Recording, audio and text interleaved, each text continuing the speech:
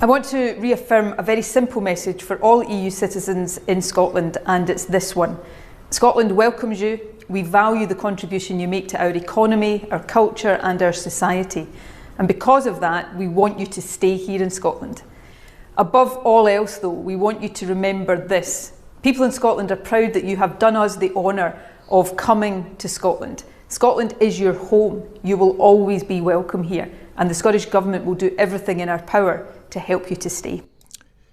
You know, for most of us who can see through the sugar-coated rainbow pellets that pollute the political landscape of Scotland, that this has been brought back up again in the wake of a potential general election being agreed upon in the foreseeable.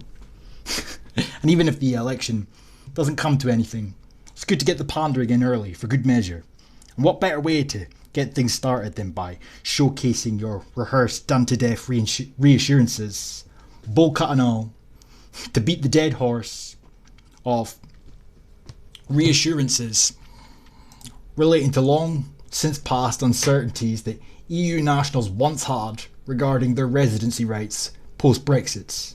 You know, after the 46th, 47th time this year alone that we've heard this speech, it seems the only person who isn't aware that this is no longer a fucking issue is in fact Helmet Head. But there is indeed a short memory under that bowl cut, without a doubt. All the pandering on display with the heartfelt pleas and the contempt for Westminster and their previous inaction on this subject paint the picture that Helmet Head is the progressive guru that you can count on. But don't let that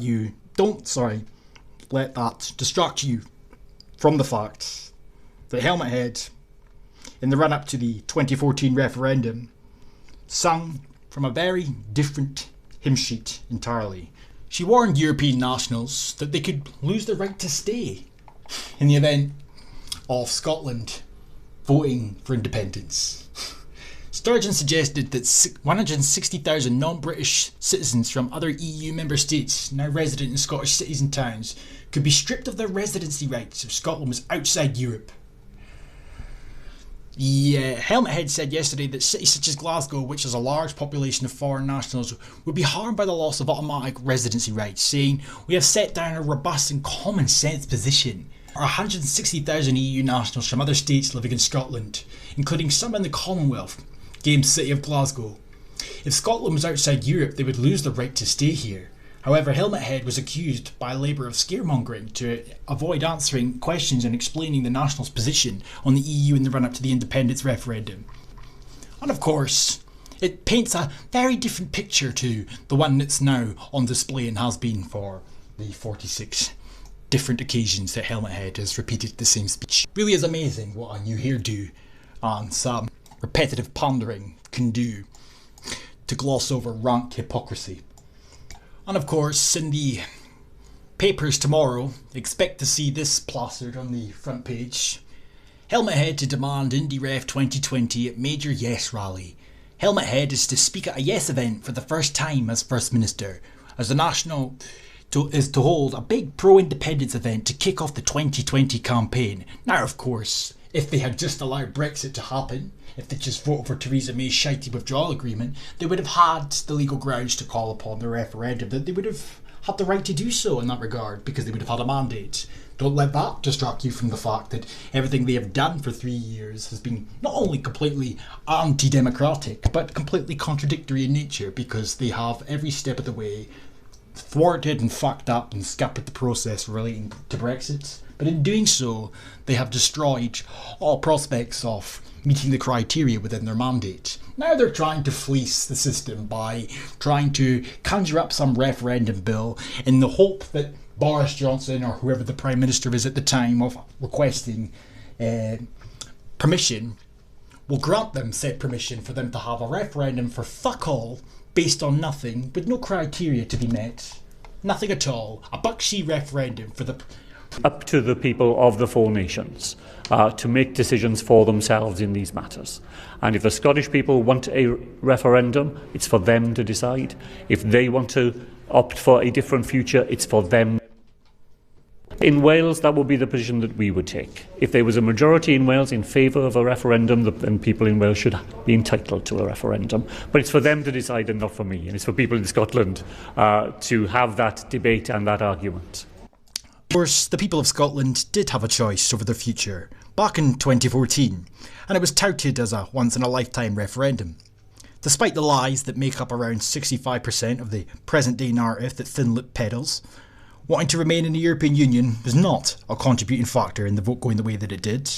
We were informed that there was to be a referendum on EU membership in the coming years, depending on if the Tories were to be elected, but yet the present-day narrative will have you believe that 55% of Scottish voters thought remaining in the UK was the only way to save their EU membership, and that was so integral back then, didn't you know? There was multiple examples, however, of falsehoods that the SNP themselves peddled back in 2014, with their most ridiculous one probably being how they claimed the NHS would face risks of privatisation and cuts if they voted to remain in the UK, despite the fact that it's fucking devolved. And just as Pinocchio's nose gets bigger whenever he tells a lie, so too does Nicola Sturgeon's lips get that little bit thinner. So if you're unfamiliar with Helmet Head and the progressive wisdom that she espouses, look at the area of her face where her mouth once resided. Anyway, in light of the referendum in 2014, people were unhappy with the referendum result, and they made their feelings known by going out in their droves to vote for the SNP in the elections that followed after that fact. Both in 2015 and 2016, Helmet Head was riding the independence momentum wave, garnering record level seats in both, which set the precedent for exploitation to begin.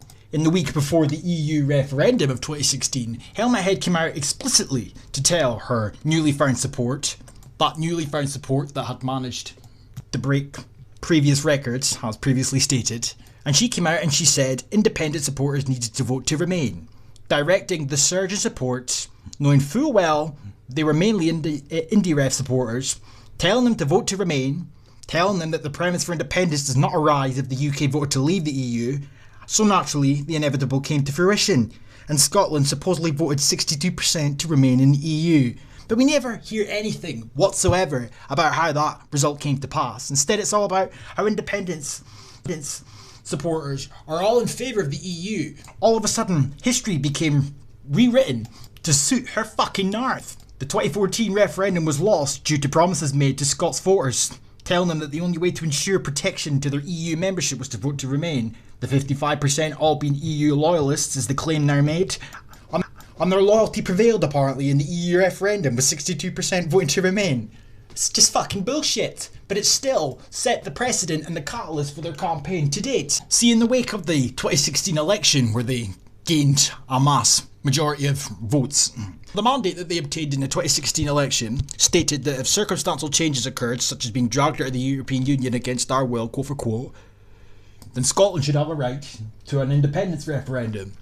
So isn't it fucking odd that she directed all of her independent supporters that made up the bulk of her voter base to vote the opposite way to what her mandate dictated and called for, telling Scottish voters to vote to remain if they wanted independence, but yet the independence criteria would only come into effect if the UK voted to leave?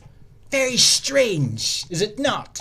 When you relentlessly that the people of Scotland overwhelmingly voted to remain, and using that as the catalyst to try their damnedest to thwart, scupper, delay or even stop Brexit with numerous court cases, Article 50 revocation calls, deliberately playing a major role in the manufactured soft and hard Brexit separation, spearheading numerous people's vote campaigns, trying to get a vote of no confidence in the PM brought forward, blocking a no deal before allowing any general election to occur.